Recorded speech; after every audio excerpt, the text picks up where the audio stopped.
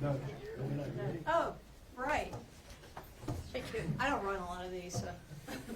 Thank you. I appreciate everybody's patience. We have such an honored guest. So I think we all know why we're here today, but I just want to put it in context because I know we have some folks listening who are outside of North Carolina. So today, the House Committee on Redistricting is going to hear the most gerrymandered and least responsive district in our state's history. The process has been highly irregular. We've only had a couple of days for the public to put in comments, and 1 day of committee hearings yesterday. Already in that time, there have been 11,200 comments from the public, and they are angry. And to put this in context, we had about 1,000 in 2021, and we had 600 in 2023. So we have 11,200 over the past 5 days. And that really terrific, but not a lot of public notice, not a lot of opportunity to get public input. Clearly the Senate ignored the public input because they were told the kind of comments that we were hearing from our constituents, and they ignored it and went ahead and approved this gerrymandered map. Really inadequate time and I really appreciate being joined by all my colleagues here. That we have hardly had time to do the deep dive we need to do proper justice to the review of this. We know this map is also unconstitutional. It violates Article 1, Section 2, that our actions here are for the good of the whole. The power of the state is vested and derived from the people. We've had judicial intervention that has found partisan gerrymandering to be unconstitutional, but that decision was reversed when the Republicans took over the GOP, and the courts have sort of controlled this discussion. But we know that this is wrong, and we deserve better. And I'm really excited to introduce one of my heroes, or my hero, former Congresswoman Eva Clayton. And just FYI, I'm sorry, G.K. Butterfield couldn't be here today. He got called to Washington. So it's really my honor to represent. She's been a trailblazer in North Carolina and national politics, particularly in the area of environmental justice. In 1992, she made history as the first African-American woman to be elected to the Congress from North Carolina. She's the first black member to represent North Carolina since 1898. 1901. I'm sorry, I had that wrong. I apologize. Okay. I wondered why I was, yeah, okay. So, and she's been fighting for rural communities, family farmers, equal opportunity, and as I said, really started the environmental justice movement in our country. Today, as the legislature moves to dismantle the district that she once represented, Congresswoman Clayton joins us to remind North Carolinians what fair representation truly means and why she, as the voice of the first district, must not be silenced. Please join me in welcoming.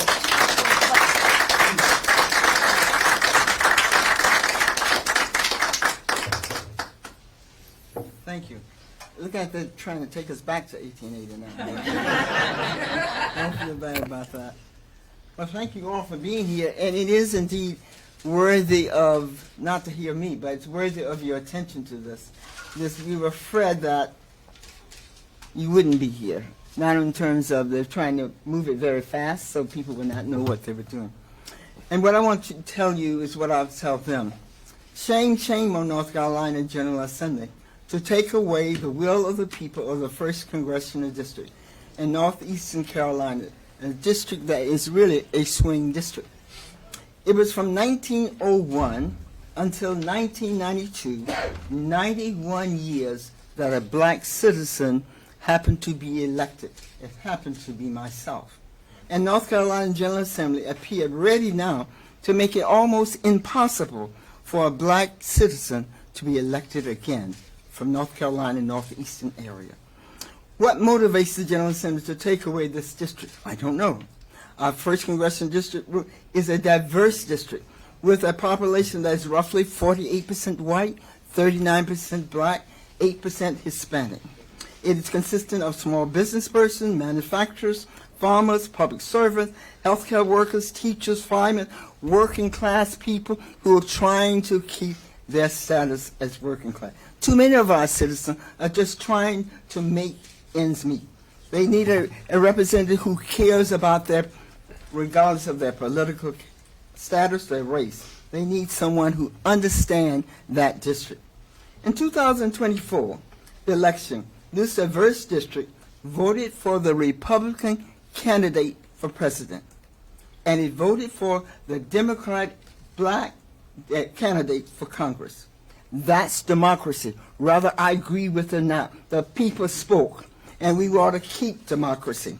And again, I ask the question, what motivates this quick redistricting exercise that should occur only when the census is taken, all at the order of the court? No court has ordered this. It's a power grab. 10 Republican districts out of 14 is not enough. They need now 11 out of 14. In the process, let's get rid of a black representative. Congressman Don Davis, a Democrat, is moved from the existing district to the 3rd district, where he is now competing with the existing Republican district. If you cannot understand that as being blatant discrimination, then you don't know what discrimination is. In the process, you have now, how generous of them to think that we don't understand that. The gerrymandering, I strongly reject. We are Republicans or even Democrats who do that, not allowing for a competitive area to win, but they're not just trying to have a competitive district. They want to lock in that no Democrat, and especially no black Democrat, will ever win again. The proposed map takes the majority black counties in the 1st Congressional District and submerged it in the Republican area. And again, you know what that's all about. No longer will it be a swing district. No longer will it have the opportunity not only to elect a Democrat or to elect a black Democrat. Hopefully the votes will intercede. We are at a very troubling time in America where democracy is threatened, where the Constitution is being denied and ignored. Citizens who love this country must have the courage to speak up and to speak out. I'm reminded of a hymn that says, God loves, God of love and God of power. Thou hast called us for this hour. And hopefully we will have enough courage to be ready for this courage. Thank you.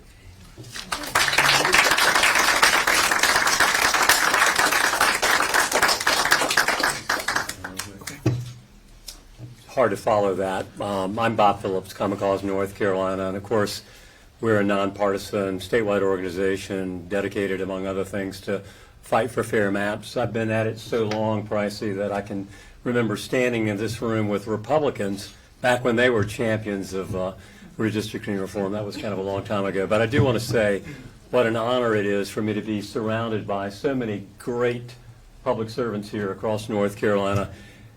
Representative Harrison, who is a particular, well, every one of you all are champions of fair maps, but of course, Representative Eva Clayton, again, it's an honor for me to be standing here with you, and I'm glad I remembered your folder here. I know I would have gotten in trouble had I forgotten all that. I want to just, we talk about history, I just want to remind you all of one thing, and I did kind of make a reference to it. We all know, and everyone in this building knows, that gerrymandering is wrong. Everybody does. Every single elected person in this entire building knows that this is wrong. And I will recall in February of 2009 when I was here and there was a bill, Senate Bill 25, which was introduced that called for an independent redistricting commission. And the sponsor of that bill, one of the sponsors, was someone who believed that gerrymandering was wrong, just like we all do right now. And that was the person who also called out those who were gerrymandering and really wanted another way to do redistricting. And as the bill indicated, it was for an independent redistricting commission. The sponsor I'm referring to was Senator Phil Berger, then Rockingham senator, not in power, but he was once a champion, as was his party.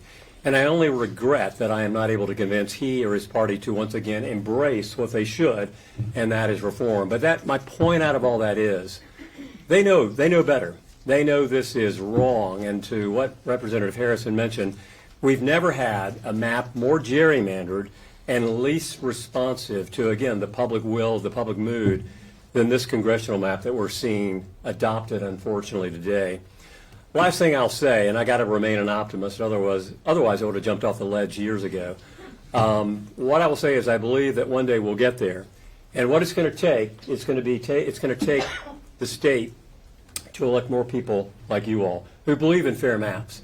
And we did a poll, and a Republican pollster did it, and an overwhelming majority of North Carolinians do not want gerrymandering. They do not like it. So we need that. We need to elect state Supreme Court justices who believe in fair maps and not gerrymandering. And finally, we need the people, all of us in North Carolina, to hold the folks that we elect accountable. It's our democracy, and it's time to take it back. Thank you very much. I'm going to call upon, well, anyone who can answer questions, but certainly questions that might come to you, and Representative Harrison, to you too. Sure. Do y'all have any questions? Hi. So yesterday and today, Senator Berger and Senator Heiss repeatedly said that they didn't use racial data to create the maps. Do you believe them? And if so, do you think that these maps needed to use racial data to create a majority-minority district under the Section 2 of the DRA? I believe it's possible that they actually didn't use racial data because they could look at a map and know that they were carving out the black belt. And it actually is a violation of Section 2 of the Voting Rights Act because it does require us, in the Allen v. Milligan case in the Supreme Court, sort of confirmed that we needed to draw these districts to make sure that African Americans could elect a candidate of their choice. So I believe that they didn't officially, but they already knew it. He's been drawing maps for a decade or more. You want to add anything? Or? Well, also, you know, they conflate the political piece with African Americans or conflate the political piece with the racial piece. Now, hopefully you are not deceived that that's the case, right? I happen to be black and I happen to be a Democrat, but also I remember when I ran, there were no black Democrats, and Democrats were in control. Okay, I'm living long enough to know when Democrats weren't too good. None of y'all remember that, but yeah, I remember. I remember that. Not that long ago. Not your lifetime, but my lifetime. So I want to tell you that, hey, a blind old lady could find that when you move Don Davis into a Republican district, not only to a Republican district, but one that's represented by a current representative who's been there for several years, and you tell me that's supposed to be unbiased, non-racial? Well, I have a full moon to tell you too, you know, if you believe that. No. And I hope we can convince the courts too that they can see through that. That's a cover-up. That's a cover-up. If I'm willing to have challenged Democrats in my earlier, I'm willing to challenge them too. I will add, it's also worth noting that we've spent $15 million in taxpayer money defending indefensible maps so far, since the Republicans took over. Yes. So it's, yeah. Representative, Sure. we're not expecting a vote today, but have you heard from any members across the aisle that they would not vote for this? Anybody that is willing to not put their name to it? I haven't. I don't know if any of my colleagues have heard. This is the kind of issue where they stick together, unfortunately, I think. Did I understand you said it will not be a vote today? Right, it's tomorrow. Or tomorrow? Yeah, yeah. The Senate vote. We have session at 4, but we're not taking it up. Or redistricting committee at 2, but, yeah. Anybody else, or Adam? Are y'all worried about the impact that decision in Louisiana versus Scalia's could have on this, on a potential passage? Well, that is a very important consideration. Until they make a decision on that, Section 2 is very much alive, and I think we're going to continue to make the point that this proposed map is violative of Section 2, but there's a good chance, based on the questioning, that they may eliminate Section 2 of the Voting Rights Act, sort of strip it of any of its meaning, which is a problem, and you've seen the analyses that might wipe out any black districts in the South, in the whole South. Oh, sure, go ahead, Ronnie. Up here, Sonny. Good afternoon. My name is Rodney D. Pierce. I'm the state representative for House District 27. That's Halifax, Northampton, and Warren counties. And I'm very honored and pleased to be here beside my political grandmother, Mrs. Eva Clayton. But I just don't think it's a coincidence I don't think it's a coincidence. I think it's intentional that you are redrawing congressional maps at a time when Section 2 of the Voting Rights Act is being heard by the United States Supreme Court, a Supreme Court that has shown us time and time again during this term that they are willing to rule in a way that is going to upend democracy, if you want to put it that way. And I'll also say this, Congressman Davis, what does it say to us here in the General Assembly when you have a congressman who has shown time and time again that he is willing to work in the spirit of bipartisanship? I think Congressman Davis received an award 2 years in a row being the most bipartisan legislator in the House of Representatives in D.C., and they still don't want him there. So what does that say to us when our colleagues are willing to do that, when they draw the maps, and we're told we need to work in a spirit of bipartisanship as well? What does that say to us? Quick follow-up there, Representative Chris. Yes, sir. Are you worried that the findings in your lawsuit could impact a legal challenge to this map? The findings in my lawsuit, In the Pierce versus North Carolina, I mean, I leave that to the lawyers. I leave that to the Lord and the lawyers. My whole thing was, I know the history of this district. I'm a public school history teacher. I've done historical markers about court cases that are relevant to the voting rights history or the civil rights history of Northeast North Carolina. So I'm very, very aware of what's going on. That's why I joined the lawsuit, because I saw it for what it is, and for a couple of years later, to be going through this now at an even higher level, I mean, that's why I got involved. But I can't concern myself with that. My job is to be here and to represent the people of 27. Let me respond to the other question. I think that puts the onus on North Carolina. Oh, excuse me. Okay. I think your question about the possibility of the Supreme Court, doing away with Section 2 with the case they considered from Louisiana, I think that puts the onus on all of us who believe that Section 2 should be maintained, not to give up in the light that may go against us, okay? I think it is with that understanding of the possibility that this General Assembly feels that what we ought to push, because guess what? We may not have any problem, when we take it. But I think that's more the reason why we ought to stand up, not less the reason. I know that was not your intent of the question, but I'm just saying that ought to fortify us that our cause is even greater, because they want us to succumb to what the possibility of a loss may be, okay? And so those of us who believe, and by the way, you can go both the state and the federal government, right? And as Bob was saying, there may be more opportunity in the state as we look at it. So don't give up before you have to give up, right? Don't defeat yourselves. That's all I'm saying. And I think it's worth noting that I believe it was Justice Roberts who said in Shelby, in eliminating Section 5, that there was always Section 2. Yeah. Anyway. Yeah. So, okay. I'm sorry, this Yeah. is for Congressman Clayton. Yeah. How, you kind of got to this in your remarks, but asked explicitly, how does this new map change kind of the character of the representation for the people you used to represent? I haven't looked at how I look more at the demographics in terms of a political. I think there's a possibility it may be becoming a little more urban. I know the demographics and know the geography and some of the needs in the first. I've kept up with it. I'm still engaged. It goes more in towards, help me out somebody, it goes more towards Wilmington, right? And it has Currituck and, help me. Here's all the coastal. Most of the coastal. All of Senator Hanning's counties.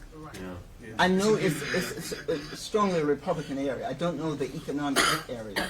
I know demographically the black districts that were in the first now are in the third district, right? So I do know that. The characteristic in terms of the demographics change. Don't know the economic piece of it in that area. But there is a please understand, when you've worked with the district over the years, there is a commonality of that geography, that they understand and have those needs working together. Now that has to be reestablished, Pitt, Greene, Lenore, and Wilson, right? Right. Now goes in the third. That too has to be configured and settled in that district, right?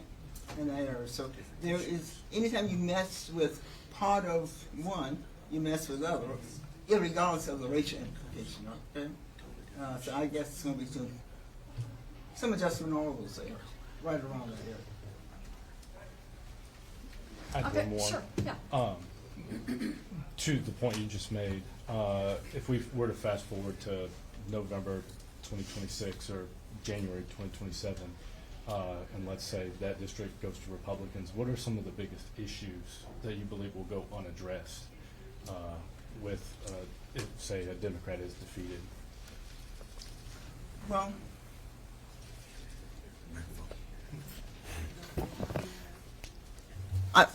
without saying that the Republican can't do this, I would think that you have a congressperson now who's sensitive to the needs, okay? And he is sensitive to the needs of small farmers. He's sensitive to the needs of people who need health care. He's sensitive to the needs who need food stamp. He's sensitive to the needs of economic and small business, right? So he has the experience. Am I saying that a Republican can't be sensitive to that? You know, I couldn't be the person I am with saying that. Do I have I experienced that they are? No, I haven't experienced that they are. But I do believe they deserve to have a congressperson who understands not only the demographics being their politics, but their needs. And part of my joy was that I served trying to meet people's needs, whether they were Republican or Democrat. The record would show Republicans came to my office like Democrats came to my office. White farmers came to my office like black farmers came to my office, okay? And that's how I got reelected, really. The first time I ran, I bet I didn't have 10% of the white farmers. But the second time I ran, I had more than double that amount, okay? Because I had been engaged. And can a Republican do that? Of course they can. Will they do that? I'm not willing to say that I know any new person coming into that district would do that. So what you have done, you have taken away an existing member of Congress who has found a way how to respond to those needs. And you've put him in another district where he doesn't know either. He's going to have to learn, right? So you have done a disservice socially to my old district, okay? As well as politically. You've taken away the political power of minorities and rural people. I just cited the data that you have 39% black, 8% Hispanic, and 48% white. A very diverse district. Very diverse. You know, it's almost reflecting of North Carolina. No, North Carolina is a very diverse area. What? Hey, he won. The president won. Now, I surely didn't vote for him, but he won. That's called democracy. So why are you trying to upset this? You're trying to upset this for one reason. It's a power grab. And you don't want to have that. You want to have that extra member in Congress so you can do what you want to do. Thank you for taking my question. Anybody else? Good. In terms of demographics as well, don't forget that you have a couple of state-recognized tribes that are in that area as well, the Halawasaponi and the Meharry. Just want to add that as well. Yes, ma'am. Well, I appreciate y'all coming. Apologies for the delay. Thank you all. Onward to fight the fight.